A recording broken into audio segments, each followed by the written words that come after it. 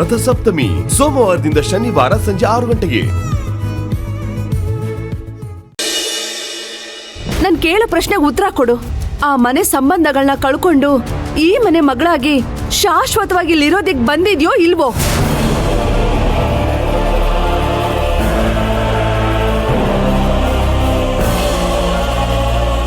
ಇಲ್ಲ.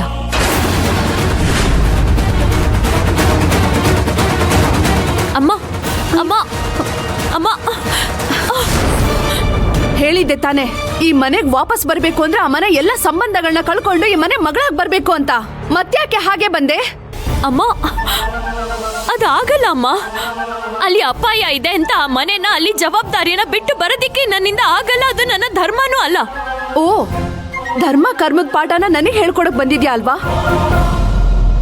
ತಾಯಿಗೆ ಹೇಳ್ದೆ, ಅವಳ ಮಾತನ್ನು ಕೇಳ್ದೆ, ಕನ್ಸ್ಗಳ ವಿರುದ್ಧವಾಗಿ ಆ ಮುದ್ಕುನ್ನ ಕಡ್ಕೊಂಡು ಹೋದ್ಯಲ್ಲ, ಅವಾಗೆಲ್ಲೇ ಹೋಗಿತ್ತು ಆ ಧರ್ಮ?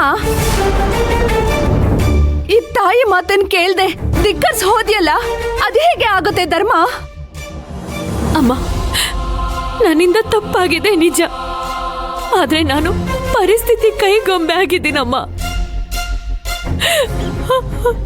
ಹಾಗಾಗಿ ನನ್ನಿಂದ ಏನು ಹೇಳೋದಕ್ಕೆ ಆಗ್ತಾ ಇಲ್ಲ. ಮಾಡೋದೆಲ್ಲ ಮಾಡಿ ಇವಾಗ ನನ್ಗೆ ಏನು ಹೇಳಕ್ ಆಗೋದಿಲ್ಲ ಅನ್ನೋದು ಅಮಾಯಕತನ, ಅಸಹಾಯಕತನ ಆಗೋದಿಲ್ಲ ಕಾವೇರಿ. ಬುದ್ಧಿವಂತಿಕೆ ಅನ್ನಿಸ್ಕೊಳತ್ತೆ.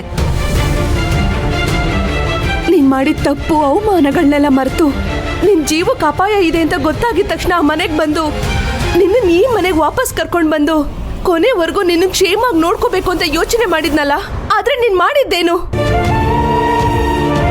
ಮತ್ತೆ ಈ ತಾಯಿ ಮನ್ಸಿಗೆ ನೋವು ಮಾಡ್ದೆ. ನೀನ್ ಮಾಡಿದ್ ಸರಿನಾ? ಸರಿ ಅಲ್ಲ ಅಮ್ಮ, ಖಂಡಿತವಾಗ್ಲೂ ಅದು ತಪ್ಪೆ.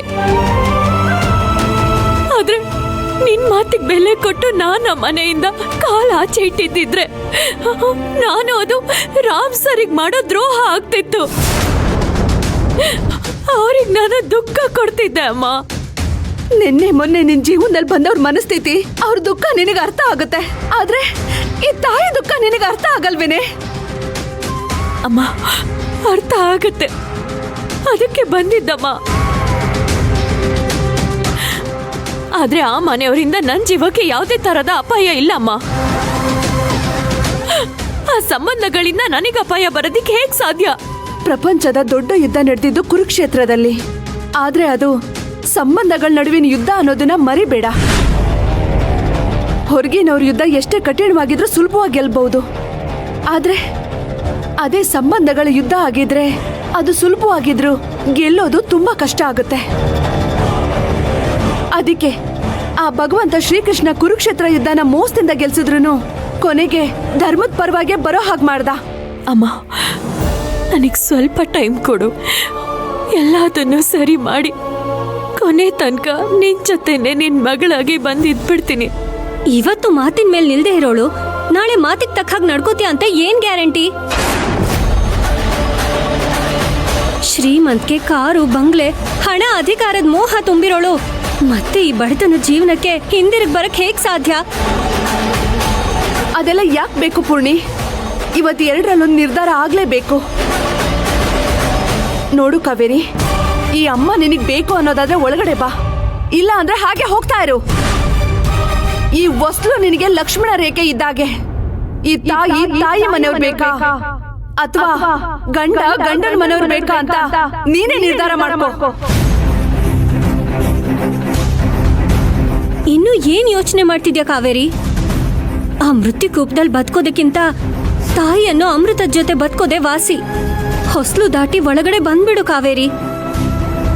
ಈಗ ನನ್ನ ನಿರ್ಧಾರ ನಿಮ್ಗೆ ತಪ್ಪಾಗಿ ಕಾಣಿಸ್ತಾ ಇದೆ. ಆದ್ರೆ ನಾನು ಯಾಕೆ ಹೀಗೆ ನಡ್ಕೋತಾ ಇದ್ದೀನಿ ಅಂತ ನಾಳೆ ನಿಮ್ಗೇನಾದ್ರೂ ಗೊತ್ತಾದ್ರೆ ಖಂಡಿತವಾಗ್ಲೂ ನೀವು ನನ್ನ ಮೇಲೆ ಹೆಮ್ಮೆ ಪಡ್ತೀರ. ಜೀವ ಹೋದ್ಮೇಲೆ ಸಿಗೋ ಸನ್ಮಾನ ಬಿರ್ದು ಯಾವ್ದು ಲೆಕ್ಕಕ್ಕಿಲ್ಲ. ನನ್ ಕಣ್ಮುಂದೆಯಿಂದ ಹೋಗ್ತಾ ಇರು.